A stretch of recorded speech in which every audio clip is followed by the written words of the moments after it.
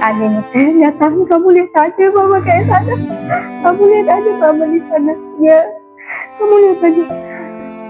Setelah Ica lari ke rumahnya si Andi, dia melihat orang tuh sampai dibawa tuh ngumpul semua. Ada apa gitu, dia heran, kiranya si tantenya udah meninggal ya kan, ada apa gitu. Nah, setelah mau masuk ini nggak ada akses masuk, nggak ada, orang semua berkerumun. Ya, assalamualaikum warahmatullahi wabarakatuh. Terima kasih sudah menonton video ini. Udah lama saya nggak buat video YouTube. Saya berselancar di aplikasi lain. Itu pun ya bikin video. Kerjanya hanya nonton video. Nah, kali ini sebenarnya ini itu kisah udah saya mau bawain itu 3 kali, cuman gagal. Alasannya apa? Nggak tahu ya, hati nurani saya aja yang ngomong kalau jangan deh kayak gitu. Padahal saya tuh pengen banget ceritain kisah ini tuh, karena ini menyangkut tentang almarhum yang udah meninggal. Jadi almarhum si narasumber ini, almarhum ibu narasumber ini yang meninggal dunia. Nah, gimana ceritanya? Check it out. Jadi ini itu saya sebut aja, saya nggak mau cerita tentang nggak mau akan sebut nama narasumber langsung di sini, karena biasanya memang video-video saya itu nggak sebut nama. Cuman ada salah satu itu bisa dihitung dengan jari ada narasumber yang saya sebut secara langsung nama aslinya. Tapi kalau kebanyakan tuh enggak. Nah, kali ini juga kayak gitu. Nah, saya kasih nama aja nih narasumber kita, namanya Ani. Si Ani. Nah, Ani ini sebenarnya orangnya tuh bener-bener sederhana, hidup sederhana. Karena dia anak yatim. Jadi ayahnya itu udah meninggal semenjak dia usia 6 tahun, si Ani ini. Nah, dia punya saudara namanya Ica. Si Ica ini itu juga udah berpisah sama kedua orang tuanya. Tapi di sini kedua orang tuanya si Ica ini nggak meninggal ya. Cuman orang tuanya si Ica ini tinggalnya di kebun. Karena mereka saudara, jadi si Ica ini numpang di rumahnya Ani karena dia lagi sekolah gitu. Nah, kebetulan mereka itu bertiga nih, ibunya Ani sama si Ica, tinggal bertiga di sebuah rumah yang ingin roboh, yang mau roboh gitu rumahnya. Nah, pada saat itu si Ica tinggal di situ. Dia itu kadang hanya makan nasi dingin nih dicampur air sama garam. Saking nggak berkecukupannya mereka gitu, makanya kayak gitu aja. Namun nggak ada satu keluhan dari kedua orang ini, si Ani sama ibunya, nggak ada sama sekali. Biasa dia ngomong sama si Ica, nah ayo kita makan gitu. Makannya apa ya itu, nasi sama garam sama air. Si Ica juga anak yang tidak suka mengeluh, dia ikut aja nih sama mereka berdua nih. Nah, ini si Ica udah usia 13 tahun, jadi dia kadang tinggal di situ, kadang enggak ya. Kalau libur ke rumah bapak sama ibunya, karena rumah bapak si Ica itu di kebun. Pada saat usia 13 tahun, ada satu kejadian yang sangat menyedihkan bagi si Ica. Pada saat itu, ibunya si Ani ini ikut salah satu ajaran. Saya nggak sebut ajarannya di sini ya, yang jelas ajaran lah. Sebenarnya ajaran ini kalau mau dibilang menyimpang sih enggak ya. Sebenarnya menurut saya juga, kita nggak usah terlalu fokus ke ajarannya, karena sebenarnya bukan ke situ cerita arah ini, bukan ke ajaran ini. Nah, jadi dia ikut di situ. Tiba-tiba pada jam 7 malam mereka tuh pengen ke ini ngerjain, saya mau jelaskan gimana ya, mereka tuh dia tuh berangkat ke perkumpulan ini gitu.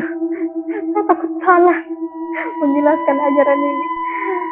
Dia pergi tuh jam 7 malam bersama Ica, sama mamanya Ica.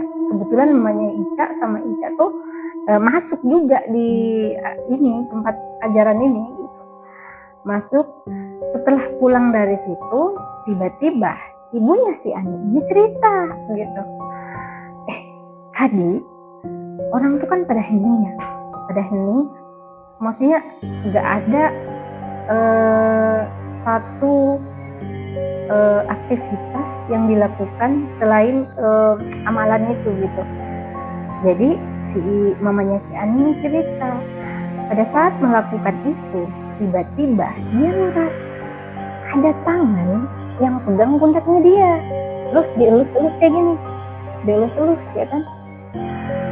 Nah, ketika mendengar itu, si Ica ini tuh merinding gitu. Kok bisa? Itu apa gitu? Cuman keadaannya gelap ya. Itu apa? Gak tahu. Itu saya takut banget digituin gitu. Nah, pada pertemuan selanjutnya, si ibunya Ani tuh nggak datang lagi nih ke kelompok ini, ke ajaran ini, nggak datang. Ternyata dia sakit. Nah, sakit, si Ica pergi ngejenguk tantenya ini. Sebenarnya itu kena tantenya si Ica. Terus pas ngejenguk, dia nanya sama si Ani. Dia nanya sama si Ani, sebenarnya si tante ini sakit apa kak? Gitu. Gak tahu, tante ini udah hampir seminggu gak makan gitu. Dia ngomong kayak gitu. Terus gimana kak, nggak dibawa ke rumah sakit gitu? Gimana maksud? Kamu tahu sendiri lah gimana kehidupan kita gitu ya kan. Uang dari mana mau dibawa ke rumah sakit? By the way ini belum ada zaman BPJS ya. BTW belum ada BPJS ya ini. Ngomong-ngomong, jadi mereka nggak bawa ke rumah sakit. Mendengar penjelasannya si Andi, si Ica tuh paham kalau memang nggak ada yang perlu diusahakan karena dia nggak bisa bantu juga, mau ngomong sama orang tuanya si Ica juga nggak mampu, si Ica juga nggak kerja, jadi ya pasrah dengan keadaan. Nah, udah mau masuk 2 minggu ibunya si Ani ini hanya makan itu sesendok doang, dia hanya bertahan dengan itu. Jadi tiap hari itu hanya satu sendok kecil gitu, bubur disuapin ke dia hanya bertahan dengan itu. Dia nggak boleh lewat dari situ, kalau lewat dari situ perutnya sakit dan mau telan makanan tuh susah banget. Si Ica ini benar-benar khawatir, hanya bisa berdoa mudah-mudahan tantenya ini cepat sembuh gitu. Nah, pada jam 12 siang tiba-tiba si Ani lari ke rumahnya Ica. Si Ica nih lagi di halaman nyapu daun mangga. Nyapu dia ngeliat si Ani lari. Lah, kenapa kak? Kenapa kak? Coba lihat mama gitu. Kenapa? Coba ke sana mama lihat. Udah banyak orang di sana gitu. Kenapa kak? Coba lihat gitu. Dengan air mata yang nggak bisa berhenti, dia nangis tuh, matanya udah bengkak gitu. Ya si Ica ini masih bingung, ini mau kemana, dia mau apa yang dia bisa lakuin gitu. Terus kak, ini saya mau kemana, manggil bapak atau gimana? Bapak nggak ada di sini. Maksudnya bapaknya si Ica ya. Bapak lagi di kebun. Ya udah kamu aja ke sana, saya gitu kan. Dia ngomong gitu, si Ani nih, saya nggak tahu, kamu lihat aja mama kayak sana. Kamu lihat aja mama di sana. Ya, kamu lihat aja. Setelah Ica lari ke rumahnya si Andi, dia ngeliat orang tuh sampai dibawa ngumpul semua. Ada apa gitu, dia heran, kiranya si tantenya udah meninggal ya kan. Ada apa gitu. Nah, setelah mau masuk ini nggak ada akses masuk, nggak ada, orang semua berkerumun, dia tuh memaksa masuk, ada apa sebenarnya. Terus ada salah satu ibu-ibu menjegat, nggak usah masuk, nggak usah masuk, kamu kan kebetulan si anak kan masih dianggap masih kecil ya, umur 13 tahun, dia nggak usah masuk, nggak usah masuk. Kenapa tante sayang gitu, kenapa? Ini tante kamu nih udah mau pergi, cuman masih kehalang gitu, susah, kayak gitu, kayak gitu, pokoknya susah itu. Sampai dari jam 12 siang tadi si Ica nyapu, si Ani sebenarnya jam 12 siang tadi kan itu dari jam 11 sebenarnya ya kejadiannya, dari jam 11 siang itu sampai jam 4 sore si mamanya, si tantenya Ica ini tuh kayak gitu terus, tarik napas jadi kayak gitu. Itu semua tetangga ketakutan, ini gimana caranya nih nolong si mamanya si Ani, mau dibawa ke rumah sakit jauh, itu hampir 4 jam dan mobil semua ke kota, nggak ada mobil ambulans apa segala macam, nggak ada. Ini mobil di desa ini tuh bisa dihitung, mobil di desa ini hanya 4 dan semuanya di kota, dan nggak mungkin mau dibawa di motor dalam kondisi seperti itu. Semua tetangga hanya pasrah melihat dan bantu untuk syahadat, mengantar si ibunya si Ani. Jam 4 sore dengan upaya, dengan doa, semua orang berdoa di situ, ya Allah tolong si Ani ini udah nggak tahu di mana, dia nangis terus, ya Allah tolong si Ica ini nggak tahu, hanya diam terpaku, nggak tahu, dia kayak shock gitu, ini nggak pernah dia lihat kayak gini gitu. Nah dia ingat dengan cerita si tantenya ini, itu kan kejadian dia seperti sakit itu kan dari situ ya kan, dari dia dielus-elus kayak gini, dielus-elus malam itu, dia sakitnya dari situ.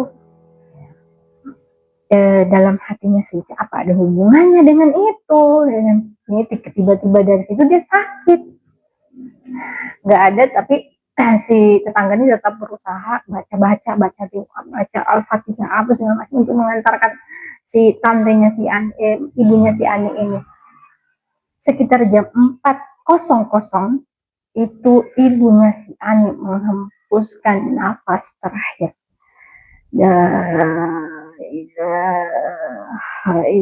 Langsung